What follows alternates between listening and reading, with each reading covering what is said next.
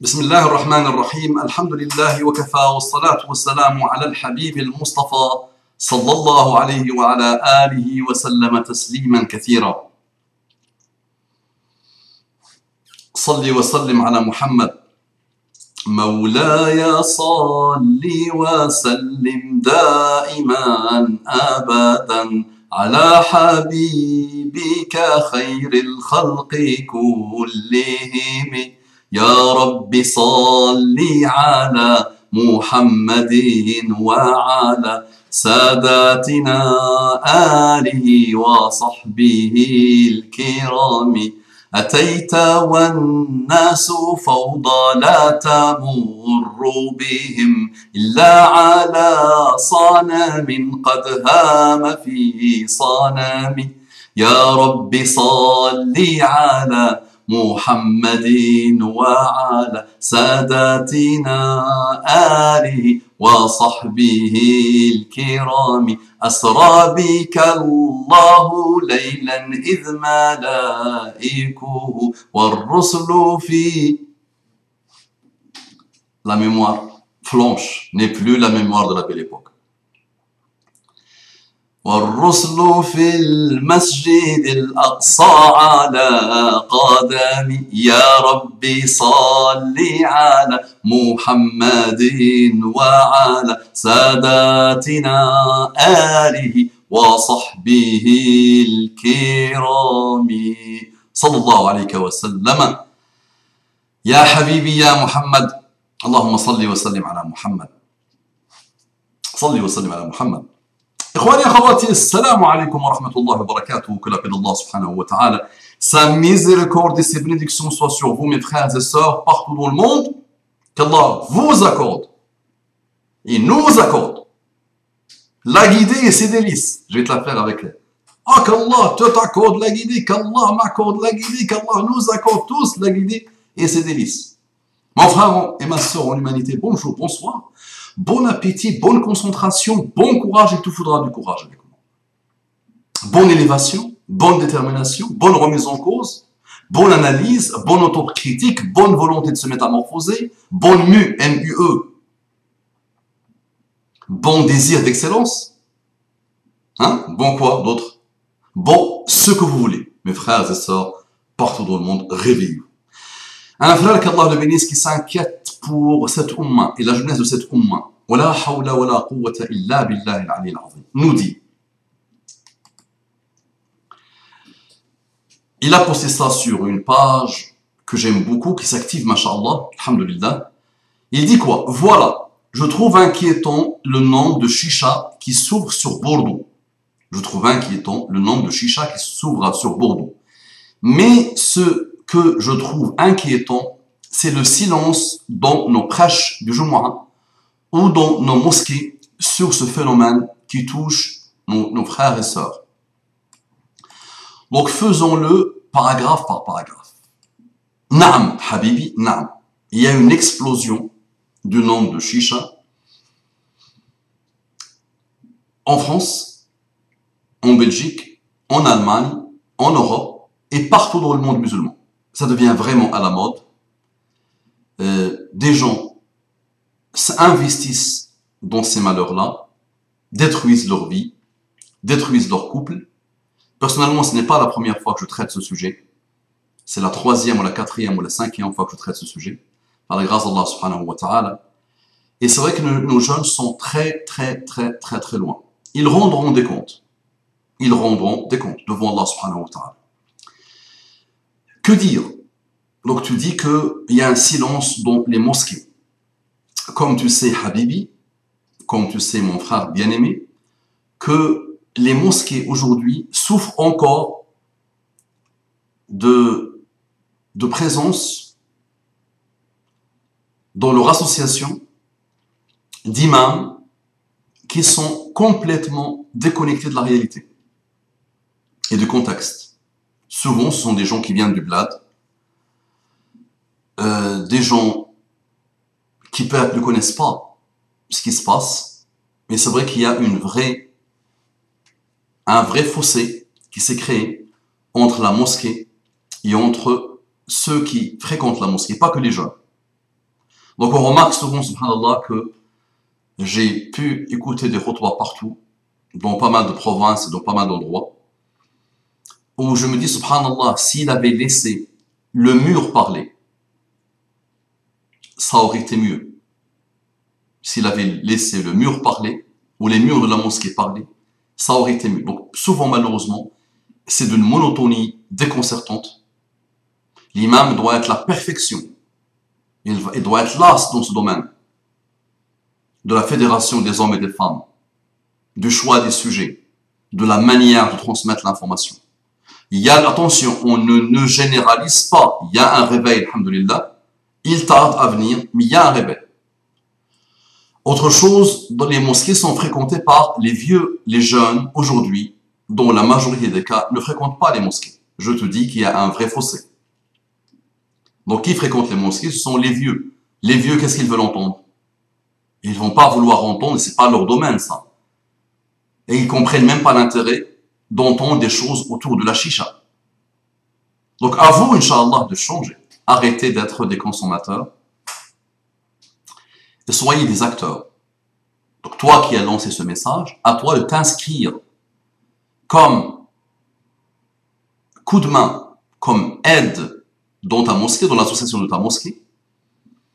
À toi, sans même t'inscrire, de commencer à aider à la mosquée, de balayer dans la mosquée, de porter, de donner un coup de main, et petit à petit, de commencer à discuter avec les responsables et de leur dire, voilà, je suis jeune, j'observe les jeunes, commencez à faire le maximum pour que les jeunes reviennent à la mosquée. Que s'est-il passé pour que les jeunes ne soient pas dans les mosquées? Qu'est-ce que vous devez faire pour que les jeunes reviennent à la mosquée? Et pour que vous les aidiez, Inch'Allah, à affronter tous les maux, toutes les shubuhat, toutes les shahawat qui les détruisent. Et Naam Shisha est une destruction, est une arme de destruction massive. Je vais rappeler un des rappels que j'avais fait il y a quelques années. Tu pars dans une boîte de chicha et on voit nos propres sœurs, et on voit nos barbus. Et je me rappelle d'une discussion que j'avais eue avec un frère, qui se prétend multazim. C'est-à-dire, je n'aime pas ce type de mot, mais c'est quelqu'un qui suit la parole d'Allah subhanahu wa ta'ala dans l'extérieur, dans la barbichette, mais qui me disait qu'il ne peut pas vivre sans la chicha. Il l'a fumé chez lui.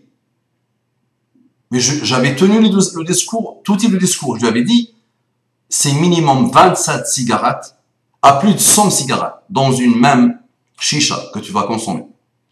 Et tu la fumes chez toi. Et tu as une petite fille en bas âge. Elle avait quelques mois, depuis sa naissance de toute façon. Et malgré ça, il avait la fierté de me raconter que le plaisir de la chicha égale au plaisir de la nourriture, ou même plus, et il égale même le plaisir de la femme. Et même plus. D'avoir un rapport intime sexuel avec une femme, pour lui, c'est beaucoup plus ce plaisir-là que ça lui donne. Donc le frère continue. En effet, pour fréquenter différentes mosquées de la région bordelaise, je n'ai quasiment jamais entendu nos prêcheurs mettre en garde nos jeunes sur ce phénomène inquiétant. Moi aussi, je n'ai jamais entendu nos imams parler de ce sujet. D'accord? Malheureusement. On répète, souvent on prend une khutbah qui date d'il y a 10 ans, on répète, en arabe littéraire, personne ne comprend rien. Et là, il a pensé le pourri, souvent avec saja. Saja. Tu l'entends comme s'il chante. Saja. Mais il est heureux de ce qu'il raconte, le pauvre. Et personne n'a compris. Ça a servi à quoi? À rien. Naam, ça on l'entend, naam. Mais à vous, Inch'Allah, attention. Vous allez pas continuer à dire ben toi, bismillah, lance-toi, change les choses. Organise-toi. Forme un comité de jeunes qui partent soumettre des idées à la mosquée. Qui partent soumettre des idées aux responsables de mosquée. Sois même toi un futur responsable de la mosquée. Non, mais il faut arrêter ce fossé qui s'est creusé et qui n'arrête plus de se creuser entre la Ummah et ses responsables associatifs et ses responsables de mosquée.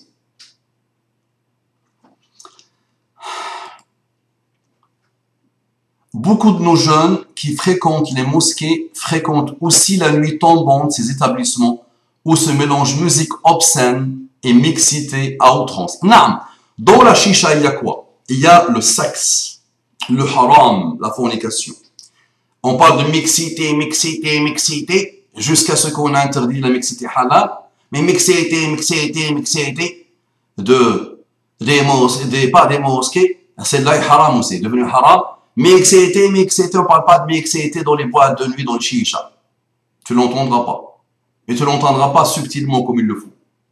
Donc là, un homme, une femme, dans un climat, avec des lumières en plus, avec des jeux de lumière, avec des musiques shaytaniques, sataniques, normal que le jeune et la jeune sont détruits à tous les niveaux. Donc, dans une boîte de chicha, je ne vois pas un haram qui n'est pas dans la boîte. Et ça consomme, ça détruit sa santé, ça parle de toutes les futilités existantes. إلا أصحاب اليمين في جنات يتساءلون عن المجرمين ما سلككم في سقر ما سلككم في سقر قالوا لم نك من المصلين قالوا لم نك من المصلين ولم نك نطعم المسكين وكنا نخوض مع الخائضين. Sauf les gens de la droite qui se questionnaient, qui se posaient des questions sur les criminels. Veux-tu être un criminel? Sur les criminels. Qu'est-ce qui vous a mis dans Saqar? Qu'est-ce qui vous a introduit à Saqar? Saqar, c'est un nom de l'enfer. Qal, voilà la réponse. Qu'est-ce qui a fait que nous sommes à Saqar? Voilà la réponse. Lam naku min al-musallin. Nous n'étions pas parmi ceux qui priaient. On ne faisait pas la prière. Billahi alaykum. Et vous le savez, le gamin rentre de sa boîte de chicha à 4 heures du matin, 5 heures du matin, complètement détruit. Il part faire salat al-fajr. C'est pas possible. Ce n'est pas possible. Lam naku min al-musallin. Wa lam naku nut'imu al-miskin. Billahi alaykum. Quelqu'un qui se détruit dans la futilité, dans la fornication, dans le mal absolu, dans la destruction de sa santé, dans la destruction de sa vie, des nuits et des nuits et des nuits entières à consacrer à ce type de milieu. Billahi alaykum. Par Allah, je vous demande, est-ce qu'il va se soucier du pauvre? Lam naku nut'imu al-miskin. On ne nous nourrissait pas, on n'aidait pas, on n'apportait pas, on ne donnait pas la nourriture, on n'aidait pas le pauvre. Et celle-là, écoute-la bien. وَكُنَّا نَخُوضُ مَعَ الْخَائِضِينَ. Et nous étions des gens qui rentraient dans les futilités. À chaque fois qu'il y a une futilité. Donc imaginez les frères et les sœurs, وَلَا حَوْلَ وَلَا قُوَّةَ إِلَّا بِاللَّهِ, en train de boire l'alcool, en train de boire, de consommer leur chicha, en train d'écouter les musiques sataniques, entourés de femmes nues, vêtues et dévêtues. Dit Muhammad sallallahu alayhi wa sallam, maudissez-les car elles sont maudites. Il a demandé ça aux compagnons et jusqu'à la fin des temps, il nous demande de les maudire, ces femmes vêtues et dévêtues. Ordre, et tu as des ashbah rijal, des choses qui prétendent ressembler aux hommes, qui se prennent pour des hommes, qui n'ont aucune jalousie, qui n'ont aucune fierté.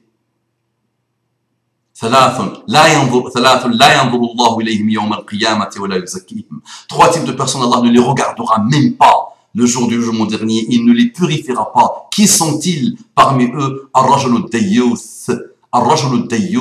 L'homme dayyouth. Qui est le dayyouth? Au prophète d'Allah,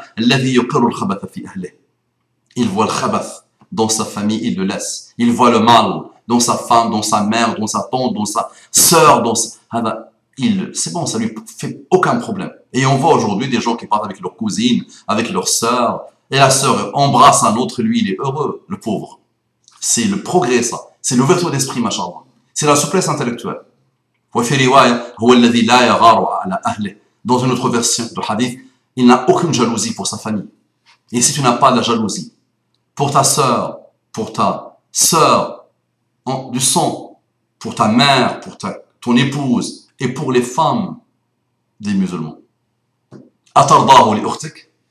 Pourquoi tu n'as pas ce slogan de Muhammad sallallahu alayhi wa sallam que tu prétends suivre quand tu dis Ashhadu an la ilaha illallah wa ashhadu anna Muhammadan Rasulullah? Il y a dedans quoi? Le summum du tawhid. Et tawhid comporte aussi la crainte d'Allah subhanahu wa ta'ala. Le fait d'exécuter le Coran et la Sunna, de te soumettre, d'être musulman, tanqad wa takhda'u. Tu dois être obéissant, tu dois suivre, tu dois exécuter les ordres d'Allah subhanahu wa ta'ala. Amartukum bi ashya'a faf'aluha ma istata'tum wa nahaytukum an ashya'a fantahu, disait Muhammad sallallahu alayhi wa sallam. L'islam, je vous ai ordonné des choses, faites-la comme vous pouvez. Les portes de khair sont infinies. Wa nahaytukum an ashya'a, je vous ai interdit des choses, fantahu. Il n'a pas dit ma istata'tum, fantahu, arrêtez. Stop. Il n'a pas dit si vous pouvez. Pour le khair, faites comme vous pouvez. Je vous ai demandé de faire des choses bien, faites comme vous pouvez. Les portes de khair, tu peux donner 1 milliard, comme tu peux donner la moitié d'une date, comme tu peux donner une bonne parole. Et tu es préservé de l'enfer. Les portes de shar, fantahu, arrêtez. Pourquoi tu ne prends pas comme slogan que tu tires du tawhid? Atardahu li ukhtik. Quand l'homme est venu demander l'autorisation à Muhammad sallallahu alayhi wa sallam de forniquer, qu'est-ce qu'il lui a dit Muhammad sallallahu alayhi wa sallam? Les sahaba se sont levés pour le frapper, pour le tuer. Celui qui ose venir demander l'autorisation à Muhammad sallallahu alayhi wa sallam pour forniquer. Qu'est-ce que Muhammad sallallahu alayhi wa sallam lui a dit? Atardahu li ukhtik. Tu veux ça? Tu agrées ça pour ta sœur? La ya Rasulallah. Non au prophète d'Allah. Tu agrées ça pour ta mère? Non. Bah prends ce slogan. Quand tu es en général, tu es avec qui? Avec Fatima, avec Aïcha, avec Khadouj, avec Khadija, avec Siham, et tu t'appelles Mohammed, masha'Allah, et tu t'appelles peut-être le Miqdad, ou tu t'appelles Sohaib, et tu t'appelles Omar. Qu'est-ce que Omar fait dans la boîte de chicha? Billahi alik. Et qu'est-ce que Fatima? Je vous demande d'aller changer vos noms, s'il vous plaît. Allez changer vos prénoms. Si vous êtes arrivé à ce stade-là, quand Allah t'a couvert, couvre-toi. Quand tu pars en chicha, tu as commis tous les péchés. Allah t'a couvert et tu pars montrer. Regardez-moi les amis, je suis un pécheur. Je consomme la musique haram, la musique haram. Je danse comme un malade mental, habité par shaitan et par les shayatin. Je bois l'alcool, je consomme le mal, le khaba'ith. Le khaba'ith, appelé dans le Coran, le khaba'ith, le mal absolu, les choses de khabith. Je consomme, je suis dans la futilité, j'écoute des choses qui me font très mal au cœur, je gaspille ma vie, je finis la soirée en fourniquant, j'embrasse, et tous les malheurs du monde. Et en plus, regardez-moi, je suis un pécheur. Alors que Muhammad sallallahu alayhi wa sallam dit toute ma umma est en bien, sauf ceux qui affichent, mais qui s'affichent dans le péché. Que voulez-vous que je vous dise? Autre que la hawla wa la quwwata illa billah. De plus, le mois de Ramadan arrive. Très vite. Je pense qu'il faudrait sensibiliser notre jeunesse sur l'absurdité de jeûner le jour et de fréquenter ces établissements la nuit. En gros, mettre l'accent sur le paradoxe d'un tel comportement néfaste pour la foi. Non. Le gamin, il a récupéré une coutume. Ramadan, c'est une coutume. Islam, pilier de l'islam, il va répéter ça, le pauvre. Ramadan va arriver. Et il va commencer à se plaindre avant même que Ramadan commence. Il ne prie pas le pauvre. Il va décider de prier ou pas. Il va hésiter beaucoup. Et c'est vrai que sa journée passera comme quelqu'un cité par Mohammed sallallahu alayhi wa sallam, qui n'aura de son jeûne que al-ju' wal-'atash, la faim et la soif. Et Allah n'a rien à faire avec son siyam. Ya ayyuhalladhina amanu kutiba alaykumus siyam kama kutiba ala alladhina min qablikum la'allakum tattaqun. Oh ceux qui ont la foi, toi, l'habitant de chicha et le consommateur de chicha. Toi qui t'es donné ta vie à la chicha. Qu'est-ce que l'islam attend de toi? Qu'est-ce que tu feras toi pour toi-même et pour ta famille et pour l'islam et pour les musulmans? Oh ceux qui ont la foi. Si tu as la foi, bismillah. Si tu ne l'as pas, bismillah aussi. Tu verras. Tu verras. Wallahi, tu verras. Et ne crois pas que tu vas suivre le modèle de ton père ou ta grand-mère ou ton grand-père en disant j'attends la retraite pour revenir à l'islam. Attention, méfie-toi. Et ceux qui l'ont fait, on les voit dans les mosquées. Alhamdulillah, déjà qu'ils l'ont déjà, qui ont essayé de le faire.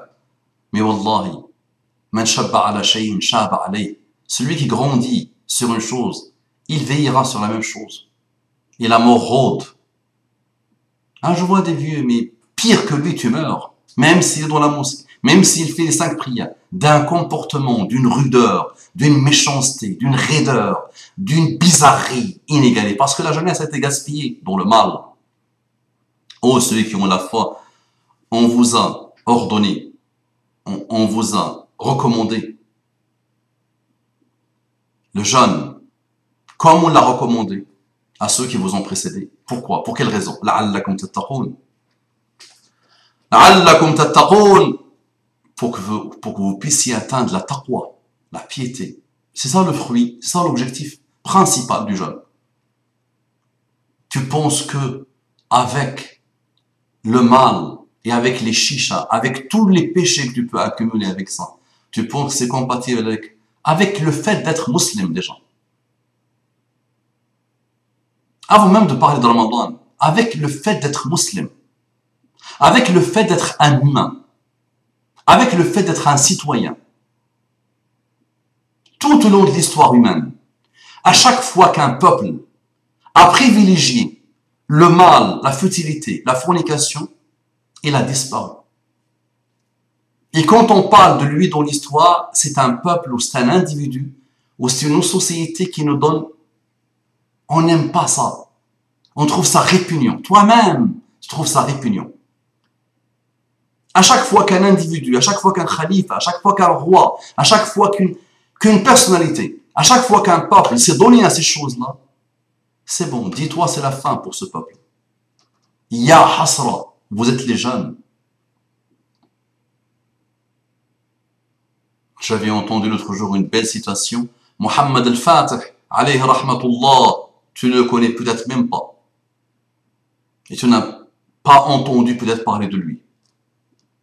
Une version dit qu'il a conquis Constantinople, Istanbul, à 21 ans. Une version dit qu'il a conquis Constantinople à 21 ans. Une autre à 24 ans.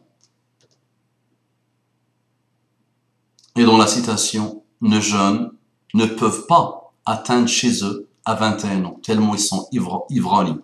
Ils n'arrivent pas à repérer l'heure chez eux. Ils n'arrivent pas à rentrer chez eux sans l'aide d'une autre personne, tellement ils sont ivres. Alors qu'à leur âge, Mohammed al-Fatih a émerveillé la Ummah. 900 ans de khulafa, de chefs, de mujahidoun, qui ont tout essayé pour conquérir Istanbul, Constantinople, ils n'ont pas réussi. Et Mohammed al-Fatih, qui a été formé dès son jeune âge, qui a été préparé, tout a été fait pour qu'il soit celui qui libérera et qui ouvrira al-Constantiniya à l'islam. Et nos jeunes d'aujourd'hui, mais c'est pas compatible avec rien. Ce type de comportement et ce type de vie gâchée n'est compatible avec rien. Tu sais que tu es flemmard à mort. Toi, monsieur le consommateur de la chicha à longueur de nuit. Tu sais que tu es inutile à mort. Tu sais que tu manques de rigueur à mort. Tu sais que tu n'as aucune raison de vie et d'être à mort. Tu sais que tous les mots sont réunis en toi. Tu le sais très bien, mieux que moi. Moi, je peux te décrire comme je peux, mais tu te connais mieux que moi. Et tu continues au lieu de te remettre en cause. Au lieu d'aller essayer de goûter à autre chose. Où tu te diras, mais quel malheur, quelle bassesse, dans quelle bassesse, dans quel malheur j'ai gaspillé ma vie et j'ai dépensé mes hasanats que je n'avais même pas. Remettez-vous en cause, le frère s'inquiète pour vous et avancez. C'est pour votre intérêt. Ce n'est pas pour le mien. Le ton était un peu dur, intransigeant, direct. Mais comme je dis à chaque fois, si je récupère un, je serai l'homme le plus heureux du monde. Un. N'oubliez pas que l'enfer, يَوْمَ نَقُولُ لِجَهَنَّمَ هَلِ امْتَلَأْتِ وَتَقُولُ هَلْ مِن مَزِيدٍ. Le jour où on dira à l'enfer, est-ce que tu es pleine? Elle dira, j'en veux encore. Donnez-moi plus. C'est l'enfer qui parle.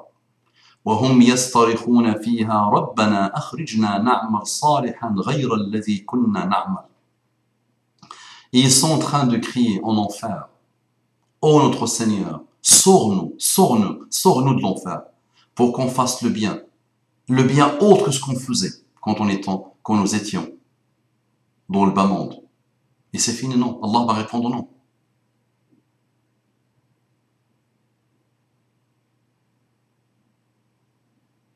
D'accord? Donc méfie-toi. Méfie-toi de ton nafs et ton shaitan. Méfie-toi de cette destruction, autodestruction, qui te mènera vers l'enfer terrestre.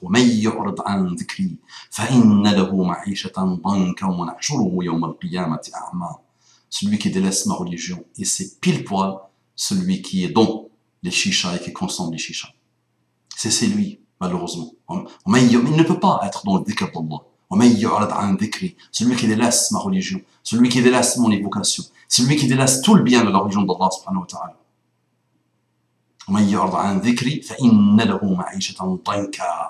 Obligatoirement, il aura une vie danka, intraduisible ce mot. Wallahi, quand tu l'entends en arabe, il te fait arracher le cœur.